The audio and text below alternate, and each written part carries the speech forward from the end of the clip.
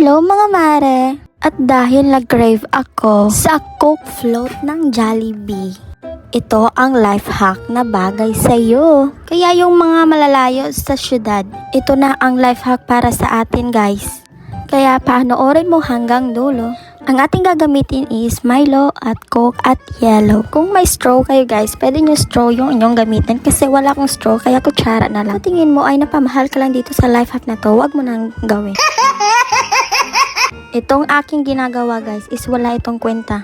Kaya manood ka na lang.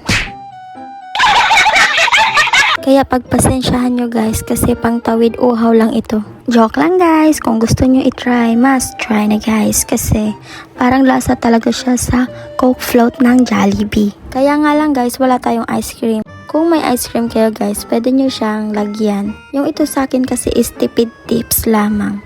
Not bad na rin kasi kasing lasa naman siya ng Coke Float ng Jollibee. Kung hindi mo po nasubukan ito mga mare, itry mo na for the go. At ito na nga guys, tiki man time. Kaya kung di mo pa nasubukan yung life hack na yon, try mo na. Yun lang. Thank you for watching. See you again. Babush!